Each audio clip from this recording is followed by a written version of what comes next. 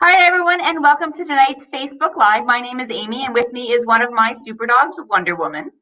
When I say super dogs, you probably envision the super dogs running fast, jumping high, and doing all sorts of fancy tricks. But tonight we're going to meet 3 different dogs who are truly super. These are dogs with jobs.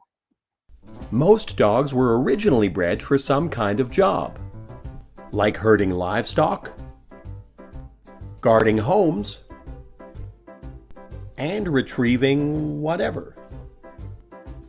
But these days there are plenty of new jobs for dogs, like search and rescue, airport security, therapy, even acting. Today we'll be meeting 3 dogs with equally modern jobs: a bedbug scent detector, a canine police dog, and a super service dog. If you have questions for Amy or any of our guests, feel free to ask them in the comments section.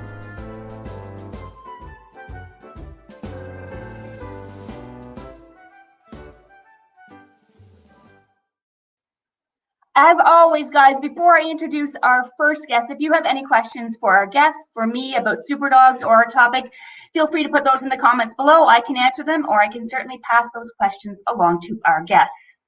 Tonight's topic is dogs with jobs, and I can't imagine a harder job for a dog than being a canine officer. Please welcome our first guest. This is Matt Abos, and he has a very cool job. He is police constable, and this is Matt and his canine partner, Serge. Hey, welcome, Matt. Good evening, Amy. How are you? I'm excellent. Thank you so much for joining us. I love Serge peeking through the back of your cruiser there. That's awesome. Yeah, just as I asked him on cue to stick his head through the window there. You tell the audience a little bit about him if you mind. Yeah, so Serge is a Malinois Shepherd cross. He's almost 8 years old. He'll be 8 at the end of this month. He's originally from Slovakia and was imported into North America around the 12 months, and we bought him at 15 months after some testing, and he's been with me. We did 4 months of training, and he's been in service ever since with me and continued on that training. So he lives with me. I'm his sole he's my responsibility. So of course we don't pay people to look after dogs when we're not working. So 20%, 365 days a year. Literally, I bring my work home with me, and he has a chance to chill out and just be a dog at home. But otherwise, he's very good at his role of what he's been trained to do as a police dog. I imagine that because he's with you all the time, that bond is incredible because you're working with him, you're living with him. It's a different relationship that anybody, I think, has with their pet dog. It is. But there's also that separation too, because he does have his outdoor kennel, so we expect him to be able to operate in any type of condition, so hot or cold. So they have to acclimate and be acclimatized to both the cold. Now, that being said, he has a really nice setup with a heated pad and a kennel that keeps him out of the elements, and he's typically comfortable, and that's certainly why we picked that breed of dog, because they are hardy enough to sustain those our harsh Canadian winters and our hot summers. So he's as much as you think that he may be a family pet and come into the house, he's not at that level. Certainly after he retires, there will be a transition, but there certainly is that sort of a line where he has his own space at home, and he's basically left alone to chill out. And then when it's work time in the truck, he knows that's the on-off switch for him. Well, if you're a Malinois or a German Shepherd, you want to work. So it seems like he does have the perfect job. Did you always, when you became a police officer, did you always want to get into the canine division, or how did you make your transition into that field? Yeah, so it really didn't interest me initially. I knew I wanted from a very young age to become a police officer. The canine unit really wasn't on the radar until a few years onto the job, and I had a sort of experience of working around the dogs and seeing how important they were in all the roles that they can help support the police service and all the different things that they can do, is where my interest really began to grow. Certainly in policing, it's not a short road to become anything really specialized. You actually really have to learn the craft and the profession and become a good professional police officer first. So anyone thinking that, hey, I can just join the force and then within a couple of years handle a dog, in reality, you're looking at maybe 10 to 15 years, halfway through your career, that you might have an opportunity to work up to that point. Yeah, that makes sense, because being a police officer is a special set of skills, and being a handler of a dog, especially a Malinois German Shepherd cross, a dog of that sort of degree, that's a completely set of skills, and not necessarily would the two overlap all the time.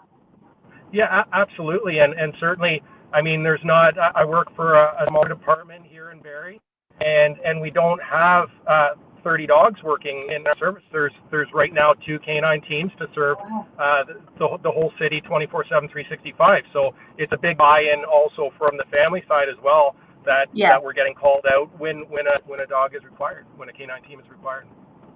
So to be a human police officer, it's a certain type of person that has that goal and that drive and sort of passion to serve our community. I imagine to be a canine officer, it's not any dog that has that skill set as well. What are you looking for, you and your department? What does it take to be a canine cop? Yeah, the dog part, I mean. It starts from we pick dogs like the Shepherd and Malinois to be the general service dog.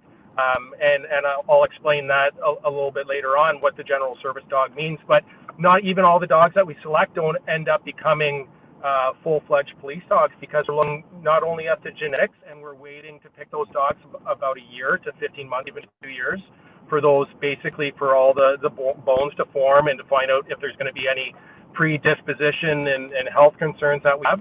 But then we're looking for that sociability. How well are they going to work around people? And then we're going to look at a lot of their drives. We know that dogs are primarily, they operate on their drive. So we're looking for that hunt drive and that prey drive. And test those very simply with how long will they search for a ball, and what is their hierarchy of a reward? How important is food to them? How important is a toy to them? And basically that, we do a lot of the same training that you do with the classical and opera conditioning, where we're marking a behavior that we want and then reinforcing that behavior with a reward. That's interesting, because you can have a dog that's physically a great specimen in terms of the job, but if they don't have the temperament where they can be in the community, it would never work. Absolutely. There's a lot of pieces to the puzzle, and there's some things that certainly a dog can be trained to do, but certainly we don't want to pick a dog, certainly at a year or 2 years old, where we're spending more time maybe fixing problems than we are training the dog, which is very important. Is Serge your first partner, like canine Yes, partner? he is. So yeah, I got him in 2014. So the way that it works in the police, there's a 10-year. So it's usually the life of, or the service life of 2 dogs. So certainly I can work Serge for, we retire them around 9 or 10, depending on their health and their status at the time, and then we look at training a new dog around that 2-year mark to replace the dog. So I'm hoping to do another dog in my tenure before retirement. And is there anything that you're doing like on a day-to-day basis to keep his skills sort of sharp, or because I imagine they go through all of this training and they may not use all of those skills on a day-to-day basis? Yeah, certainly the same kind of goes. As soon as you get your dog trained to where you want them, it's time to train a new dog, because the training is really ongoing. Again, we take the course under the supervision of a master trainer, but then really we become trainers ourselves in essence, and we continue on that training. And it's really up to us how much time it really is. The juice is worth the squeeze, because the more that you put into your dog, the more they're going to get out of it. Yeah, that's it. I like that expression. That explains it very well. There's certain I guess that there's certain types of skills a dog has to have, whether it's searching, apprehension, detection. They're all very different skills. Do you pick? Do the dogs learn all of those skills? Are they based on their abilities or what they pick up on? How is it decided what of those skills the dog's going to sort of be assigned to? Yeah, so Serge's role as a general service dog, he does all those things. So he's basically the ability to search for people and track people, which includes basically searching for wanted or missing or lost people. And then he's also imprinted on narcotics, firearms, and ammunition. So in that respect, he also is trained to search areas for that. And anything, we call it contaminated with human odor. So it's not a natural thing for dog actually to track people or want to apprehend or bite people. That's why we've domesticated that animal. It's actually a very difficult thing sometimes to get a dog to bite a person, because they don't want to. Through evolution, we didn't keep the dogs that bit people. We would choose the ones that were. So it's actually not genetically something that they can still do, but it's something that we've bred out of dogs for so long that's actually another task for them, that for a lot of dogs it's not a thing that they enjoy. The biting isn't the reward, it's getting their ball afterwards. So it's just another behavior that we've shaped for our role. We have a question from Michelle. She's asking if the dogs have protection vests as well. Yeah, so we do have armor for the dogs. In that types of situations. Unfortunately, the way that the dog operates, it really limits their ability to work. So as far as operationally deploying with it, certainly it is a precaution. We don't, unfortunately in Canada, we don't encounter that often. You have to weigh your operational effectiveness with the armor on. To do a potential 9-kilometer track, with that, I can't expect the dog to complete that track, and if we can't get to the end, then we really haven't, met the objective of that mission. So, it's situational dependent. Yes, he has one to wear for that type of situation, but also, are there other options before we send a dog in?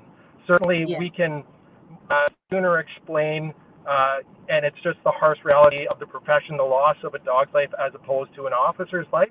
But certainly there are no suicide missions for a dog. There's always other alternatives that we can explore before the dog.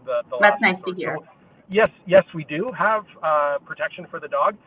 It's not always used for. It's situationally dependent on when we're going to use that. Is it heavy and like it sort of limits their mobility? Is that one of the problems with it? Yeah, certainly it doesn't have to do with much for the overeating, but it's the amount of protection that they're going to get from it, and the ability for them to get into the spaces that they need to get into, and again, just the weight alone, and certainly in the environments that we track in, there's a lot of residential fences and other obstacles that we may have to go over that may hinder our ability to track. It could be more of a hindrance or a danger actually wearing it at times. Yes. Is there such thing as a typical work day for you guys? Yeah, you know what? We're such a responsive unit that it's a yes and no. So typically, yes, I know I try and get as much training as I can, and we're available for when a dog is needed for that call. So the thing I like about my role, I think one of the things that I like most is that we get to assist the frontline officers. So when they when they need assistance with their job, we get to help them, and in sort of the greater picture of policing, we can provide that support service for the police.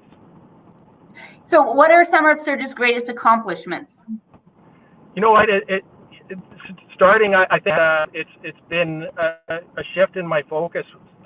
Recently, he was awarded a life-saving award for locating a person who had caused harm to themselves, and we were able to, as a team, find that person in a quick fashion and get them the medical attention needed. And in the same respect, it was an elderly Alzheimer's person that had wandered off that we were able to that was out in the elements and likely would have perished. So it's those types of calls where you really sort of make a difference in someone's life. That it was to not be over dramatic, a life or death situation for somebody else that we were able to assist, and it really puts in perspective how much training and the dog being able to perform when required to do so.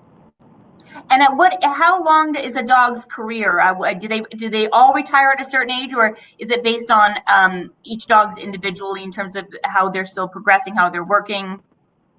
Yeah, I mean, again, as long as they stay healthy, there's the tracking part of it. Certainly, the Malinois, their hips they're not prone to any of the dysplasia issues. So that was probably the biggest issue going back 20, 30 years as far as the genetics and the breeding that was done in North America. But typically, as long as they stay healthy, you want to work a dog until about 9 or 10. But certainly, like any larger breed dog, you certainly see them start to slow down. And I think it's only fair after they've provided such a service Absolutely. that they get to at least become that sort of family pet. Yeah, absolutely. The last few years and really reap the rewards of that. So I have time for just one last question. I could talk to you for the whole 30 minutes. Do you have one favorite memory of either working with or living with Serge at home? Yeah, you know what? I think the moment that I achieved sort of my dream job and that dog, I knew that we basically we were together now as partners and out on the road working. Certainly the first couple of calls are the you realize it kind of feels surreal at the time, but you realize that you've basically achieved where you want to be. And there's really, when you love your job, there's no day that you work, right? I can understand if there's maybe jealousy from other officers. It may look glamorous from the outside, but yes. We put a lot of work into it. I think just that moment of achieving your dream job, everything else is sort of the gravy after that. You can be as successful as you want to be. As much potential as the dog has is up to you to put into it. Yes, that's very well said. Excellent. Well, thank you very much for joining us today. I appreciate both of you joining us, and of course your service and Surge's service to the community as well. Thank you, Amy. Take care. Thank you. Take care. Okay. Our next guest has a job with a dog that you might not even know is a job. Please welcome Paige Gordon and her bed bug detection. This is Seeker. Hi, guys. Hello. Welcome. Do you mind introducing yourself and Seeker and telling us a little bit about her? Yes, I'm Paige, and this is Seeker. She is about 4.5 years old. She's a Beagle mix, and she is a bedbug detection dog. And she's adorable. Yes.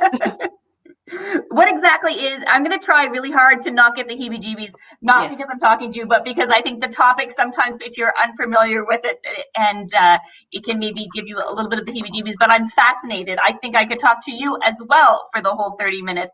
What exactly is bedbug detection? Yes, so Seeker and I go into a variety of people's apartments, into hotels, into all sorts of places, looking for live bed bugs when people think that they have an infestation. Maybe it's just to confirm because they think they thought one, or maybe they're getting bites and they're not quite sure what it is that is biting them. Seeker and I go in to try and see if we can figure out what it is that is biting them. Yes. So basically, bedbugs emit a pheromone that is unique to them, that you can train dogs, much like you would with narcotics or bombs. You can train them to sniff that out, so that we can then confirm that and they can get a treatment for their bed bugs. And the detection dogs can even tell the difference between the live bugs and the dead bugs, as well as their sheds and the droppings. She can find both live and dead. You don't. No, so she finds just the live, so that she doesn't tell us about the dead ones. And then another dog would go in and say we were successful and they're dead. No, so when someone has a treatment, we go back in and she'll give it the all clear because she only indicates on the live ones. Oh, that makes sense. Yes, we go back in, and if she has no indication, then that means that the bugs are gone. What is her indication? She will paw at it. She'll kind of smack at it with her front feet and scratch at the spot. It's very demanding. When I first got her, it was a lot more kind of like gentle. And as she's gotten more confident and we've done this for a lot longer, it's gotten a lot more deliberate and like they're right here. They're here. They're here. And she's confident. She knows what she's doing. She knows her job. Yeah. What's the training process like for her now? I know that do you get to do stuff to keep her up on her training, or because she's working, is that sort of reinforcing her skills? No, we do. We definitely do have to practice, because we don't want obviously any false indications. So we have to practice a lot where a lot of the time I will know where they are so that I can make sure that if she's trying to pull a fast one on me and say, just want treats, that I can go, no, I know that there's nothing there. So we practice a lot. So I do have to use live bed bugs to practice with her. We also have to work on telling the difference between, because the bed bugs, when we hide the live bed bugs, they're in the glass vials. So we also have to put out normal glass vials, their droppings, their dead bugs, so that she is not rewarded for indicating on those. We have a question from somebody that asked if she gets a lot of false hits, and how do you tell the difference? I mean, bedbug dogs in general, they've done a couple different studies on them. One study with a much smaller, they think they only did it with 11 dogs. They found that the dogs were to be about, I believe, 83% accurate. Whereas there was an older study that I believe was done with more dogs by the University of Florida that found them to be over 90% accurate. So obviously with bed bugs, it's hard to sometimes confirm if there's stuff actually there. It's a lot of trusting her that they are there. I will visually inspect once she has an indication. She has to sit with me and wait, and I will visually inspect with a flashlight and try to confirm and find live bugs. Again, sometimes if it's just one bug or if it's very early on, it can be hard to physically find them. But we always do our best to confirm visually, and that helps with keeping false hits down. I guess that must mean that's why her training is so important, so that she's not either making mistakes positive or negatively, either missing them or thinking she's indicated when they're not there as well. Yes. Yeah. Nice. A lot of upkeep. Yeah. Does she work every day? What's sort of an average work day like for you and her? Yeah, we work Monday to Friday, basically 8 to 5. Again, it depends kind of on who has hired us and when, but generally it'll be between Monday and Friday, 8 to 5. And when she has a day off, what does she like to do? So we have 2 other dogs at home. She loves to go on walks with them. Her favorite thing to do is basically kind of harass them. She likes to kind of beagle, yell at them. If they're having too much fun, she's kind of the fun police of the house. She loves cuddling with us. She is even though she's a working dog, she loves to cuddle with us. So what she enjoys, she's a dog, like a real dog on her days off. Yes, yeah, on her days off, she does. We still do training, but she also she gets her weekends off as well. So beagles she's a beagle mix. Beagles are known for having an exceptional sense of smell. Does that contribute to her being good at her job? And can any type of dog do this work? Yeah, so you'll most commonly see beagles as bedbug detection dogs. They do tend to be the most common one. A lot of places for the bedbug dogs do tend to use rescues now. I've noticed that trend as well. You'll also see a lot of spaniels and Labradors also do it. A lot of the breeds you see for other detection, the pointers, the spaniels, the labs, the beagles, you will see doing bedbug detection. But there are a lot of mixed breeds, rescues, terrier mixes I've seen doing it too. It comes down similar to like with the police dogs. It comes down to their drive. You want a very motivated dog that's going to be willing to work with you, because there are days where we'll be doing like an entire hotel, and she needs to have a lot of energy and drive to be able to do that all day. It's just great to see a dog do something that their instincts or genes were meant to do. Many people get beagles as pets because they're adorable, and then are discouraged or frustrated when they are sniffing things. And of course they're going to sniff things. It's what they're bred to do. So even if not everybody could be a bedbug detection dog, but people could even do scent detection at home as a hobby for their dogs. It would be great to see people sort of try to bring out what a dog is bred to do as opposed to try to diminish it. Yes, I was going to say, and with her, it is an adjustment because, like I said, I have two other dogs, a shepherd and a retriever, and they're very oriented on me when we're on walks. Whereas on walks, she likes to be sniffing. Her nose is down constantly. She wants to be doing checking things out constantly. Yeah, she's very nose driven all the time, in the house, outside, at work, and that is what makes her so great at her job. So when you have those hound breeds, giving them an outlet like that is great. Yeah. We have another question from somebody who's asking, who hires your service the most? Is it consumers, homes, hotels, nursing homes? A lot of what we do is homes, apartments. Before obviously the current situation, we did do a lot of hotels. we did a lot of hotels, but they just aren't operating to capacity right now. Yes. So they don't need us as frequently. Some of them don't need us at all. Some of them have been fortunate enough that they are still using us because a lot of hotels don't actually wait until they have a problem. They use bedbug dogs preventatively and have you come regularly. Yes. Yeah, I want to stay at that hotel. Yes. Somebody who's doing it preventatively. Has anybody, or has Seeker rather, ever indicated to somebody like outside of the job? So if you were in a public setting or like friends or family, and has she ever indicated to somebody and then you thought to yourself, I know that person has bed bugs? She has not. Obviously a lot of my friends and family who know that she is a bedbug dog, if she is sniffing at them too long, they do start to get a little concerned. Yeah. But I do often let them know that no, she just likes sniffing things, so you're fine. She has done before when we've gone into buildings where they know that they have bed bugs in one area. On our way to that area, she's indicated on like a piece of furniture someone's moved out into the hallway. She's definitely done that, but usually those are buildings where we already know that there's an existing issue, but not so much in public. But I'm also not going to a lot of places where I think there are bed bugs around. Yeah. We have a question of somebody that wants to know, does she know when it's work time and when it's home time? She does. She knows. She does, and she's cued, I believe, by her vest. She does have her working vest, and she does seem to know that once that goes off, that it is home time. She also knows, like I will tell her, like at the end of our workday, I'll say, do you want to go see your brothers? And she knows that kind of means home time, and she'll start doing that. The little booth. Yeah, there you go. Thank you. To let me know that, yes, she would like to go. So she does know the difference. And when I say, do you want to go to work? She knows that too. And when I hold her harness out to her, she will put her head through the hole and stuff. Like she knows now it's work time.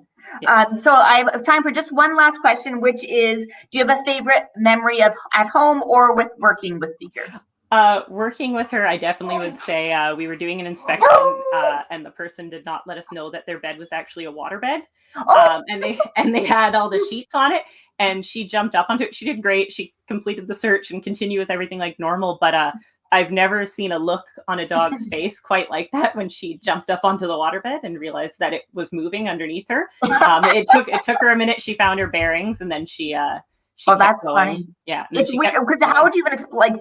dogs have no reference for water beds. That's a great. No, and there are things like she's been around other kinds of beds and stuff. Like we've tested out bunk beds. Like she's been lifted onto bunk beds. That's something we've practiced. She's been on couches. She's been in all sorts of different vehicles and public settings. Like those are all things she's experienced before. Neither of us had come across a water bed, and it definitely caught her by surprise. But that's a great story. Yeah. I love it. Thank you very much for joining us, Paige and Seeker. We appreciate your time and, of course, your community service. Thank you. Take care. Our last guest tonight is Nicole. Nicole is going to be joining us with her Labrador. This is Walker. Please welcome him. Hi. Hi, guys. Thank you for joining us. How are you guys? I'm great. Can you point to Walker? I don't know if everyone can see. She's on the sofa, which is new for her, resting in the background. Yes, there she is. She's right here. Oh, she's beautiful. She's wondering why she's on the sofa. But yeah, I think she's starting to like it. So, she's made herself at home there. Yeah. Now, I'm sure there's many things about Walker that make her special. And I wondered if you could tell us a little bit about those things that make her special. Walker is special. She's a special girl. She's very smart. She's a veteran. She's 9.5 now. So we've been together for about 7.5 years. So she's very smart. She loves her skills. She's always, keeping me on point, as a dog handler.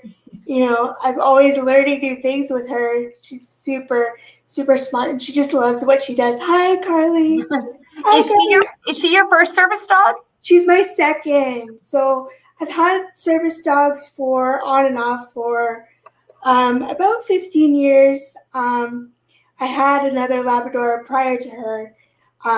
He lived to be 15, but he worked until he was like 11.5. So we've been together for about seven and a half years.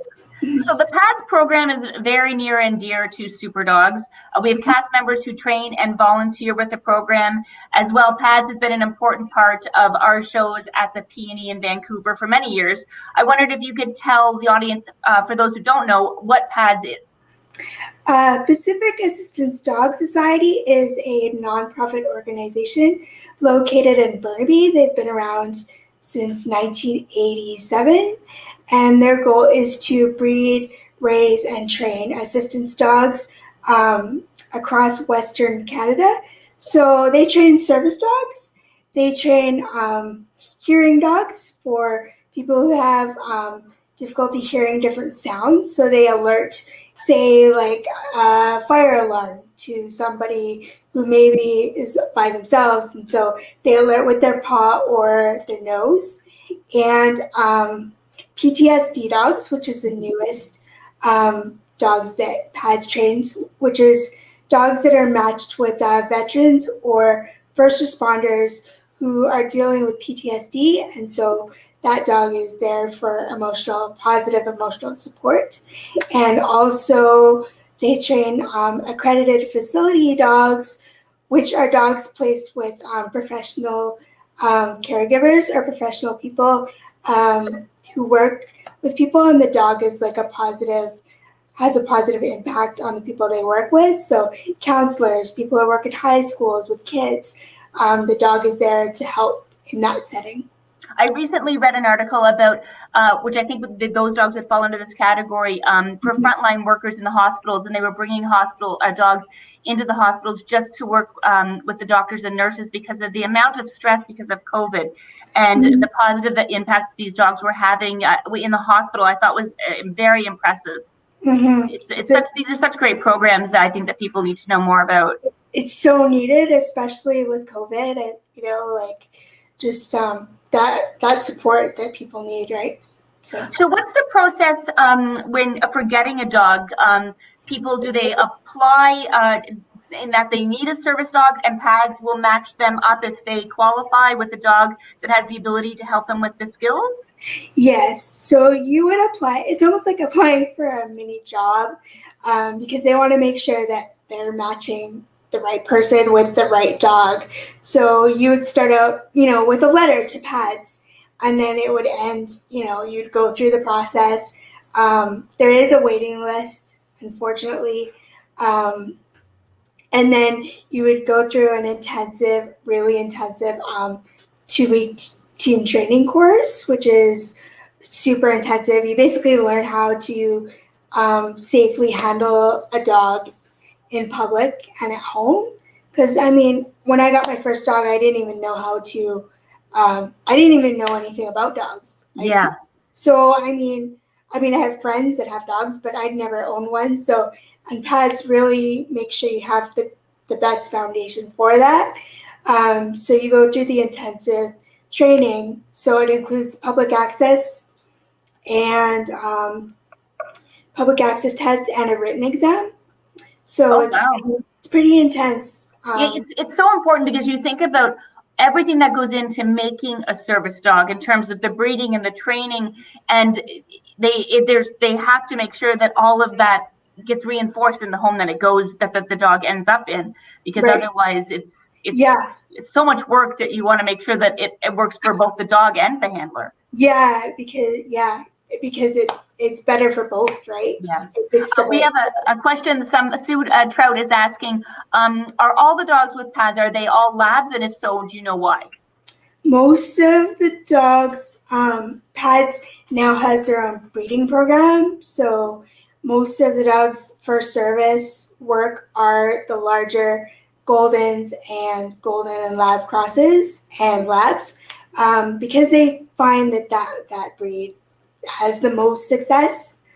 But they have used smaller dogs for the hearing program in the past. So for the hearing program, they need smaller dogs for that purpose. But yes, they primarily use labs and Goldens, just because the success rate is so much higher. And, because so much goes in, so much money goes into it too. Absolutely, yeah. So, yeah.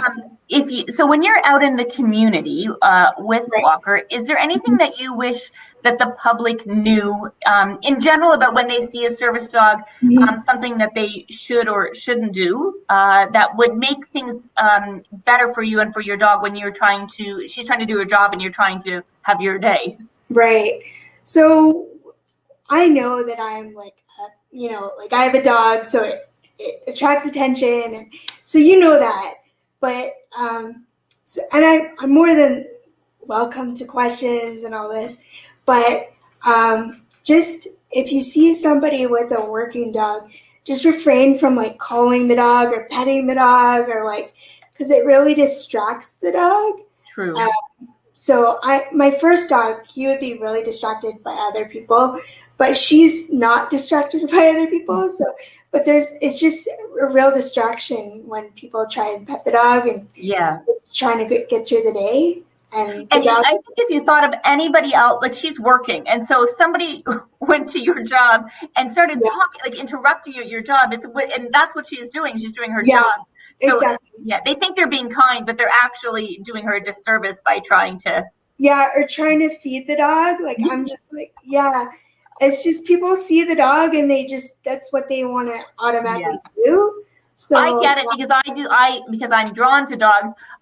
Your instinct is a dog, but then you have to sort of check yourself and say that dog has a job to do that's very important, and I need to. Or at least ask before you do anything, which is what people kind of forget to do. But I mean, for the most part, 99% of the time, you get really positive experiences. So. So I imagine this list is sort of long, but what sort of positive impacts has she had on your life? I was like, where do I start? So physically, she's a major help. If I drop something, she'll pick it up. If I drop my phone, she'll pick it up. She turns on and off lights. She closes and opens doors. She helps. She's a bracing dog as well, so she'll help me in and out of my chair.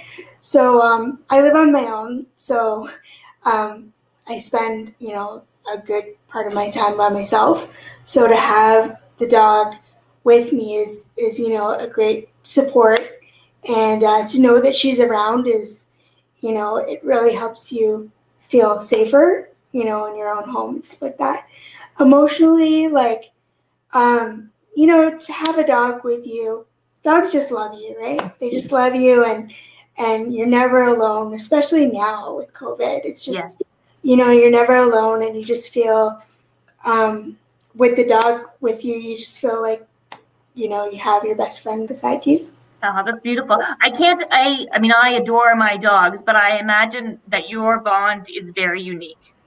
Yes, and with each dog, it's unique. Each dog is different, so each relationship is different. And so you cherish every moment. It's what Matt was saying, like you cherish your working life with them, because when they retire, it changes, right? So, yeah. The pandemic has been challenging time for everybody. You were talking about it, and I imagine that the PADS program is no exception. Has COVID impacted the program? Like, are dogs still being placed and trained? What's happening right now? Right now, PADS is operating sort of bare bones virtually right now. They've been hit hard because donations have been obviously decreased. They're nonprofit, so like a lot of nonprofits, they rely on grants and a lot of donations, and a lot of their public fundraisers have changed or either been canceled. So, but they fortunately, they still are placing dogs through individual donations, and basically they've been doing training on Zoom and stuff. So they've thought of creative ways on Zoom. Keep it going. Everybody's on Zoom these days.